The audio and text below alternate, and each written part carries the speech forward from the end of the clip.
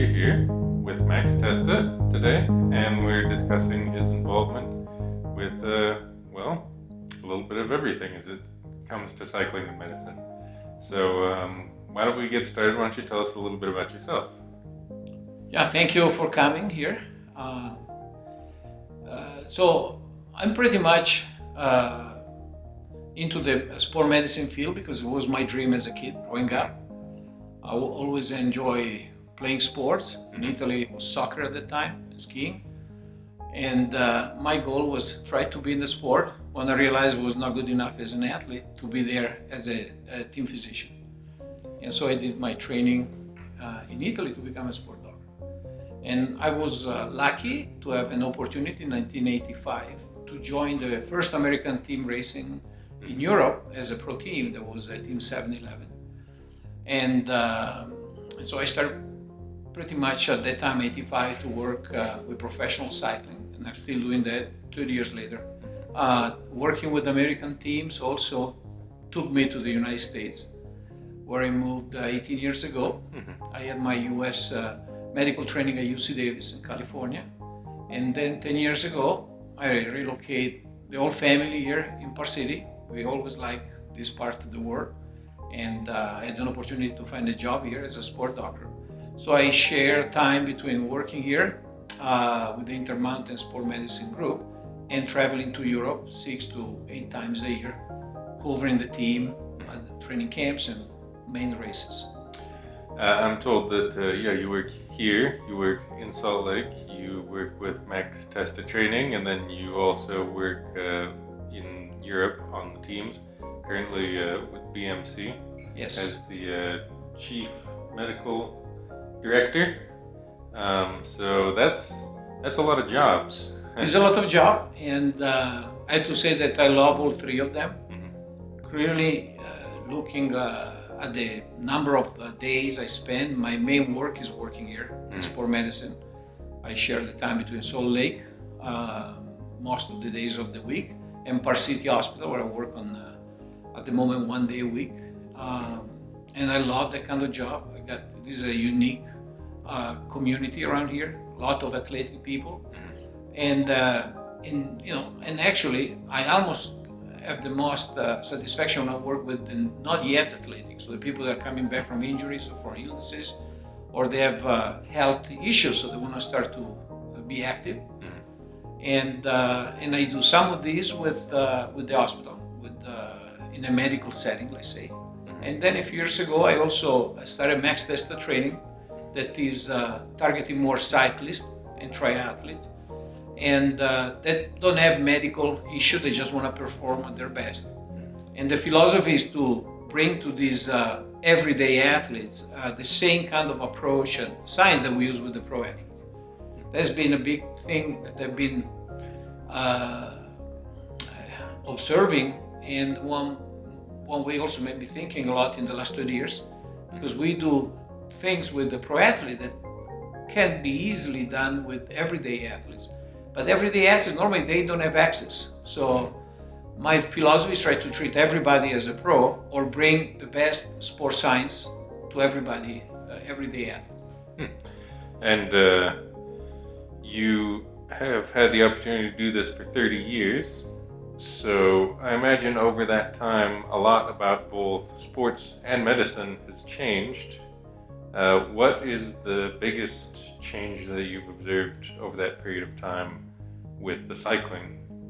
So cycling went through different phases. I would say that when I started, there was a little bit of sports science, was more based on tradition.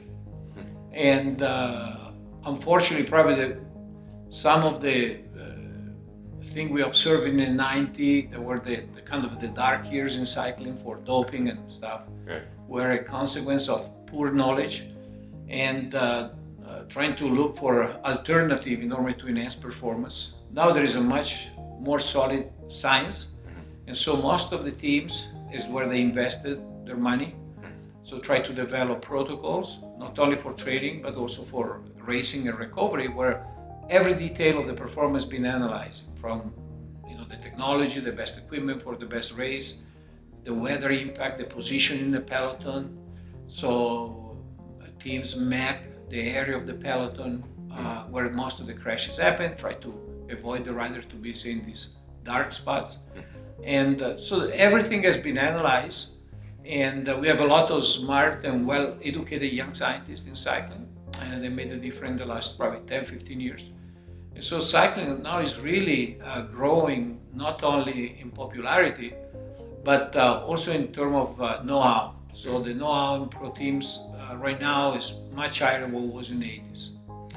In fact, I saw on the website for Max Testa Training that you're focused on perfecting the human engine of cycling. What does that usually entail? So a couple points here. One is that medicine and performance go really mano a mano, because first thing to have a good athlete is to have a healthy subject, and that in the past has been many times forgotten. So you focus so much on the performance that eventually you don't take care of the health of the riders, especially in terms of preventing situations like overtraining, burnout, or even injuries, like happens now. So as a physician, and I also been always a coach, when I started 30 years ago coaching athletes, is normal in Europe. So in the United States it's seen a little strange that an MD is a training athlete, but actually the training we have in Europe is for medicine is a lot about training science and the application of training science to individuals.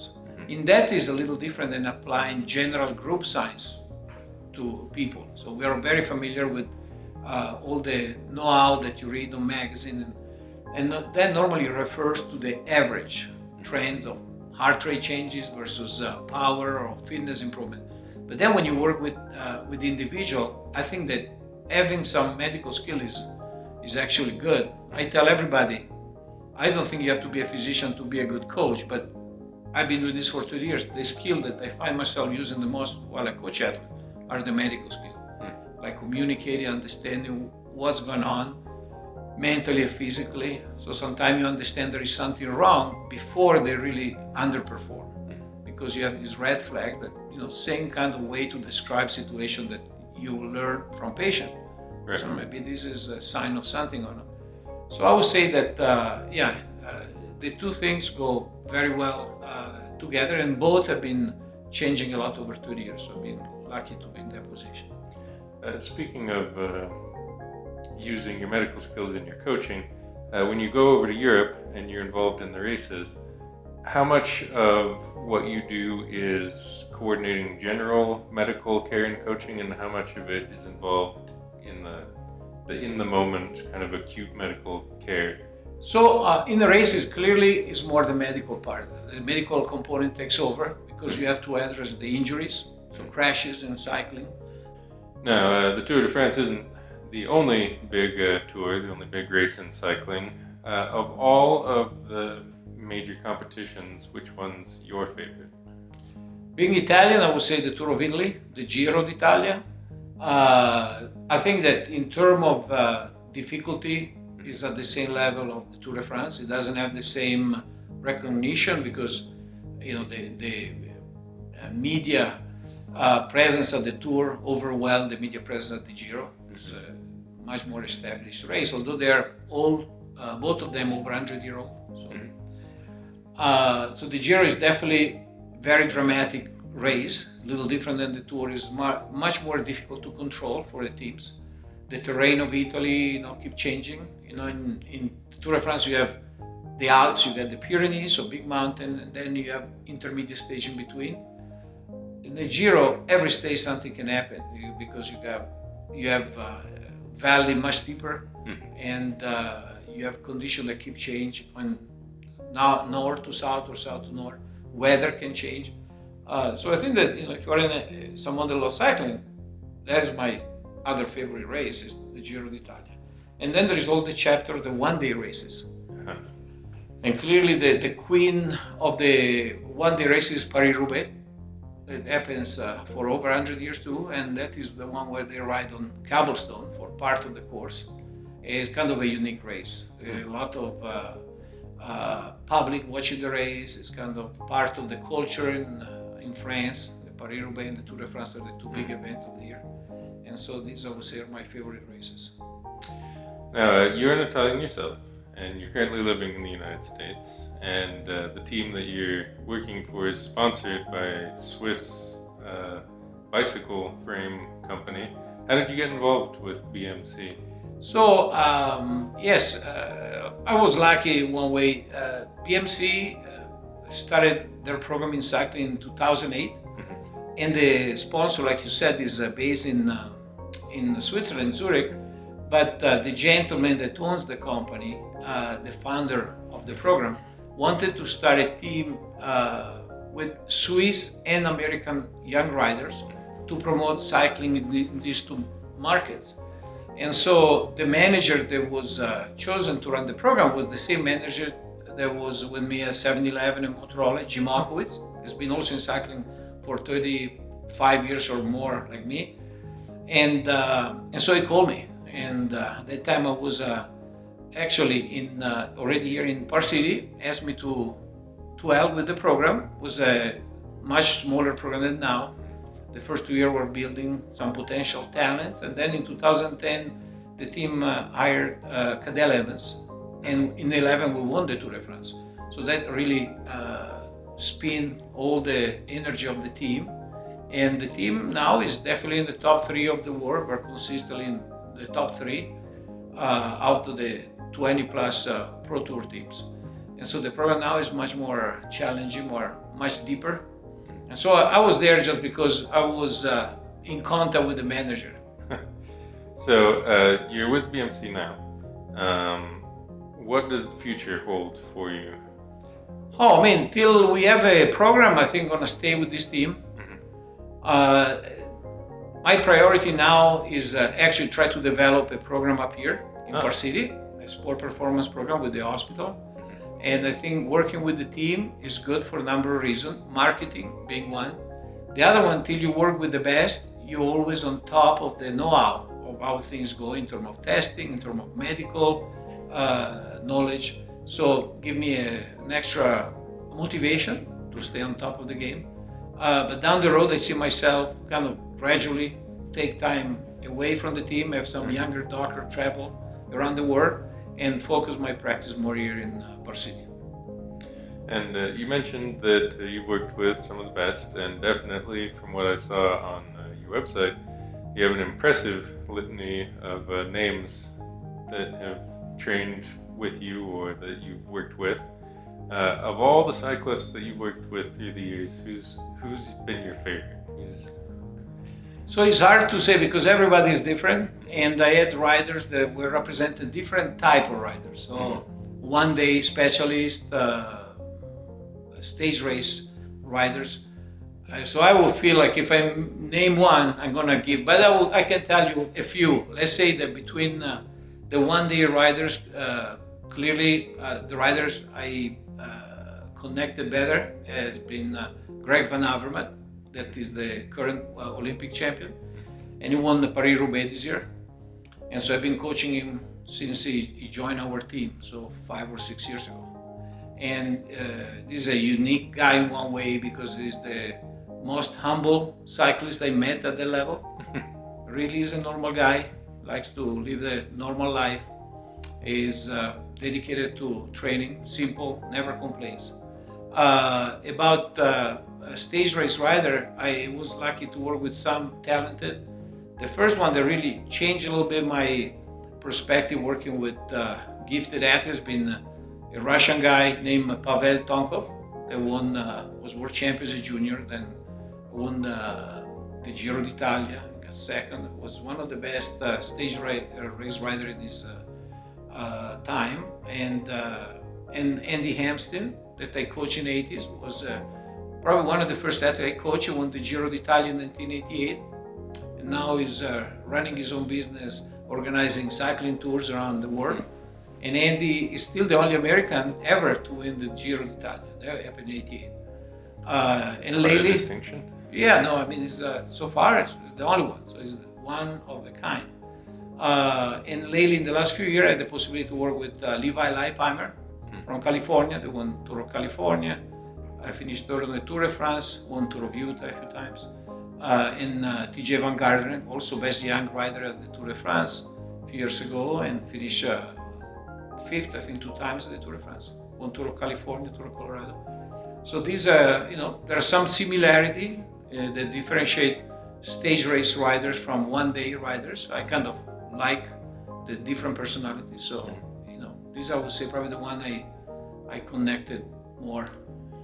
Now, in addition to working with some of the best and the biggest names in cycling, you also mentioned that you like encouraging and training younger and newer cyclists. Now, I learned to ride a bicycle at the ripe old age of 19 out of necessity, and my one claim to fame is being passed by Lance Armstrong in Santa Barbara. But for other cyclists who are up and coming, what would you suggest is the best way to develop as riders and to develop in the sport? Yeah, that's a great question. So first of all, you should feel good about being passed by Lance Armstrong, because I don't think many riders passed Lance Armstrong. He passed a lot of them. So that was a good part of your resume. So for young riders, it's different if you live in Europe versus the United States. Mm-hmm. In Europe, the path is much easier because there is cycling is probably the second sport in Europe after soccer. Mm-hmm. So there is a lot of attention into the sport. So already, if you start racing, you can start as little as 6-year-old. Say most of the good cyclists turn serious about cycling around age 14, 15. Normally, you always have the structure that help you traveling and racing already internationally by age 16. So there, you just have to start with a good local program. Mm-hmm. When I was in Italy, I was part of a junior team that was 108-year-old in terms of history of the club. We're only developing juniors. And my wife, Julia, at that time was helping also. She was one of the trainers. And we had 3 world champions out of the group of 15 juniors in those years we were living in Italy.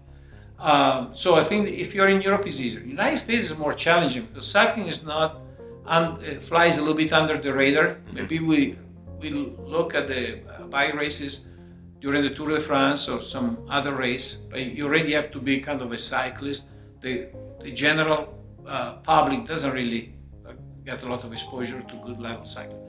So if you're a young guy, always the first thing is try to find a local team. Most likely, if you're young, you're gonna find yourself riding with people 30 plus. There are not many pro or semi-pro that lives probably in your neighborhood. But I think at the end you have to show your passion. Cycling is a sport of consistency.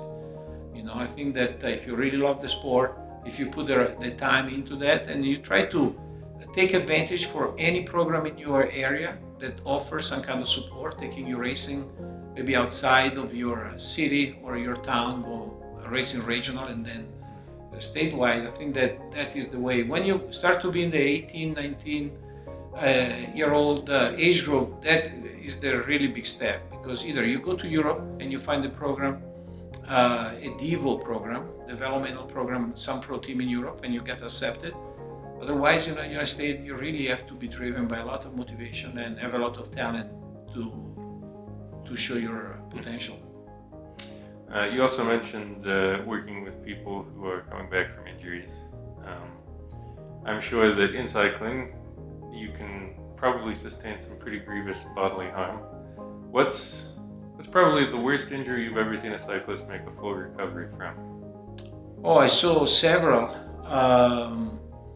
In my everyday practice, unfortunately, I see a lot of cyclists get hit by cars. Oof. And sometimes they come after being in the hospital, sometimes in intensive care for a few days, especially if you had head concussion or some head trauma.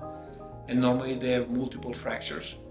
I would say that the majority of these injury actually tend to do well on the bike, because the bike is pretty friendly on your body. Matter of fact, we use biking also for people coming back from injuries from other sports, because biking is a great activity for your cardiovascular system, train your lungs, your heart, pretty much as good as you can hope with running.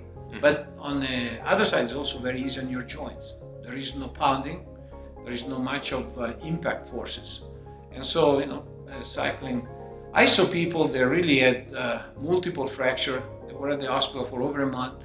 We start to put them on the bike just to have some rehabilitation, and then 1 year later, we're training to race in cycling or to race centuries.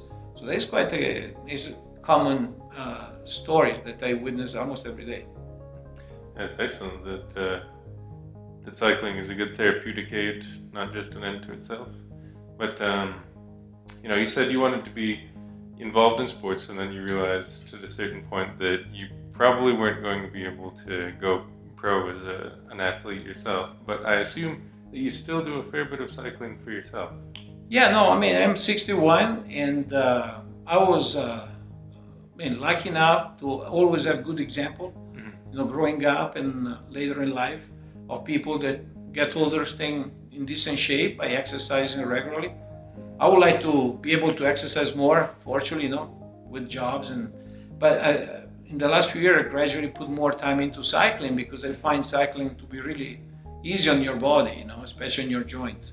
And living in Park City, from April till October, November, I'm out as much as I can.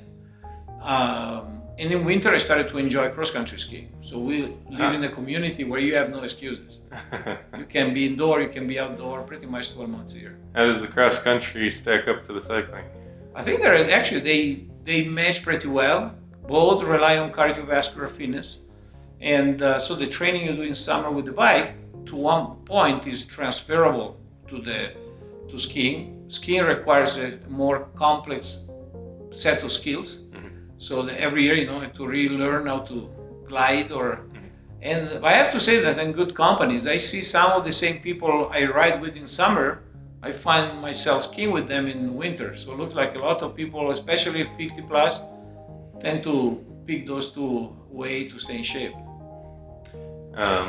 In fact, I know that you are associated to an extent with State Park City Cycling. And how did you get involved with that program? So I got involved by knowing Jason. That was really the driving force of the program. I knew Jason from a few years before. Actually, I coached him for a few years when he was new to the sport. Then he has it took some time, because he started a family, and now he's back full time into cycling. He's dedicated a lot of time to cycling. And Jason had this vision to make easier for people, not only people from Park City, but also from people coming from outside Park City, to find a community that help you when you want to ride and you want to ride by yourself. So he's been doing a great job, and we've been friends for a long time. So I'm happy to help as much as I can when we have our club meetings, and sometimes either I talk about topics that could be of interest, or I bring some guests. So, but all the credit here goes to Jason. He's the one that put the whole program together. Before we go, I guess I wanted to ask, what is one of the most memorable experiences you've had while you've been involved in the sport? I would say in the all-time winning the Giro with Andy Hampstead in 1988. And then in 91, when Lance Armstrong won the World Championship in Oslo, I was there, was at the finish line, was the first one to stop him. When he passed the finish line, was kind of frozen.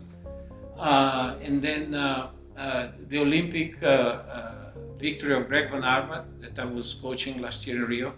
And this year also the win of Paris-Roubaix with the same athlete. So these are kind of unique. I have some memories for those days because I can kind of go through the whole stress of the day. You may win, now you lose, and then you end winning.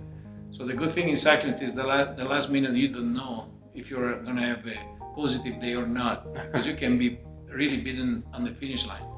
So these are unique days. Sound like some pretty big wins, though. Very memorable experiences. I wanted to thank you for taking some time to talk about your career and your involvement with cycling and with sports medicine. And thank you again for your involvement with State Park City Cycling and Thank for you. giving us this opportunity to come talk with you. My pleasure. Thanks a lot.